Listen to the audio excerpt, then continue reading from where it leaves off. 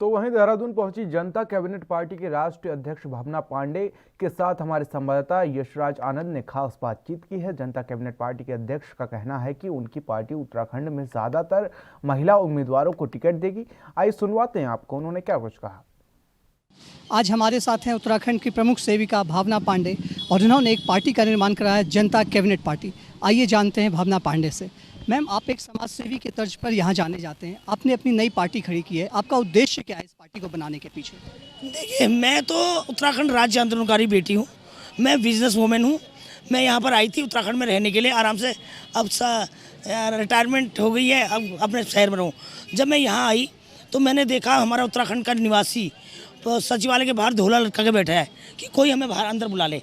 तो मैंने हालत देखी और थोड़े दिन बाद तो मैंने देखा सड़कों पे तमाम जुलूस, तमाम महिलाएं, आशा कार्यकर्ता हों, आंगनबाड़ी हों, भोजन माता हों, प्रेरक शिक्षक हों, NIOS वाले हों और आपके PRD जवान हों, परिवहन वाले हों, PWD इंजीनियर हों और इवन सैनिककार। मैंने देखा PCS अधिकारी की मैंने एक बार आवाज़ उठाई थी तो थोड़ा हलचल हुई थी। 8 साल से PCS की भर्ती नहीं होती है।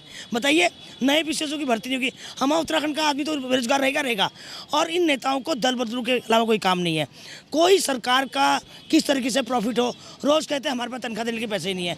अब बताइए, प्रेरक शिक्षकों से 2000 रुपये में काम करते थे, शर्म नहीं आती इनको, शर्म। और अपना लेते हैं 4 लाख रुपए और कम से कम 3500 प्रेरक शिक्षक हैं। और धामी जी, मैं आपसे कहना चाहती हूँ, उस दिन मैं धरना स्थल पर थी, उस दिन आपने एक दिन टीवी में तो अनाउंस कर दिया कि भाई हम प्रेरक शिक्षकों का भी काम कर रहे हैं। अरे कब कर रहे हो? अगर नहीं किया आपने इस कैबिनेट में तो ये ओपनली मेरे साथ ज्वाइन करेंगे जनता कैबिनेट पार्टी। और तमाम 37,000 NIOS वाले लड़के हैं, ये भी मेरे साथ मेरी पार्टी को ज्वाइन करेंगे। फिर आप सब लोगों को ऐसा भाजपा को बाहर का रास्ता देखना पड़ेगा। आप लोग शक्ल नहीं दिखा पाओगे। आप झूठ बोल के, वो महिलाएं इतनी परेशान, कहाँ से, रुड़की, पूरे उत्तराखंड से, चमोली पहाड़ों से वो महिलाएं पूरे दिन भर भूखी रहीं। और उसके बाद आपने रात को 9 बजे उनको कह दिया कि भाई आप जाइए, आपका काम होने वाला है। और एक दिन आपने अनाउंस कर दिया। मैम, आप एक महिला हैं, सबसे पहले तो कितने प्रतिशत महिलाओं को आप टिकट देंगी, पहला। उसके बाद मेरा अगला प्रश्न यह है कि आप किस तरीके से आपके टिकट देने का प्रोसेस क्या है, वो क्या प्रोसीजर, किस आधार पर आप टिकट देंगी? मैं तो कोशिश कर रही हूँ कि मुझे सारी महिलाएं मिल जाए तो अच्छा है। पहली विधानसभा महिलाओं की बने, क्योंकि एक महिला ही ऐसी जिम्मेदार महिला होती है कि जो काम करना चाहिए तो दर्द होता है। माँ होती है वो, तो उनको दर्द होता है, अपने बच्चों की तरह दूसरे के बच्चों को भी देखती हैं, तो इसलिए। और कर्मठ भी होती हैं और मेहनती भी होती हैं। मैं कोशिश कर रही हूँ कि 70 के 70 मिले, मगर 70 मिलना इम्पॉसिबल इसलिए है कि मेरी अभी पार्टी को बने हुए 2 महीने हुए, अभी लॉन्च होनी है, क्योंकि लॉन्च का टाइम ही नहीं है। धरने प्रदर्शनों से फुर्सत नहीं मिल रही मुझे। और उसके बाद जैसे ही आचार संहिता से कुछ दिन पहले मैं लॉन्च करूँगी और शॉर्ट में लॉन्च करूँगी। और मैं मैक्सिमम महिलाओं को, बाकी युवा लड़ाऊँगी। आपकी पार्टी का मुख्य मैनिफेस्टो, 5 मैनिफेस्टो आप मुझे बता दें जो आपकी पार्टी का उत्तराखंड वासियों से वादा है। देखिए, उत्तराखंड वासियों से वादा क्या है? सबसे पहले तो हमारे बेरोजगार, जितने बेरोजगार हैं उन लोगों के बारे में सबसे पहले मेरी पार्टी सोचेगी कि इतना बेरोजगार, 12 लाख बेरोजगार क्यों है। कम से कम 28-30 लाख युवा महिलाएं हर विभाग में, जो विभाग में 30,000 की तनख्वाह, वहाँ 2,000 में काम कर रही हैं, क्यों कर रही हैं?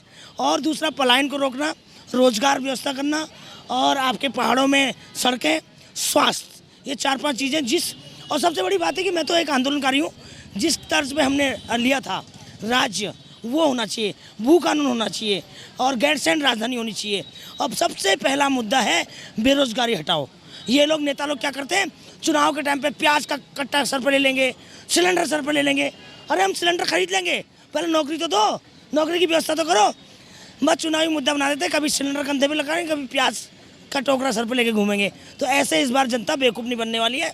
इस बार जनता JCB पार्टी, मुझे पता 3 महीने रह गए, मगर आंदोलन, जब जन आंदोलन छिड़ता है तो 1 महीना चाहिए, बस 1।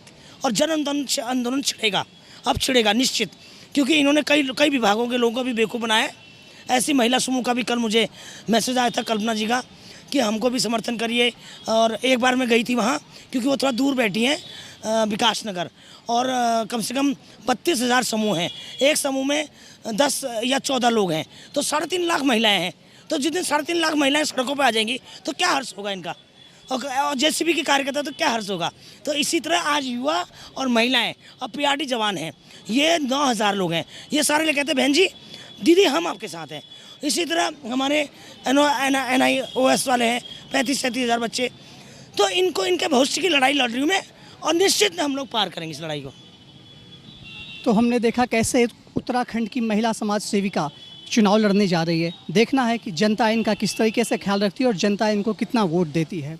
कैमरामैन आज़ाद सिंह के साथ मैं यशराज आनंद, ANB न्यूज़, देहरादून।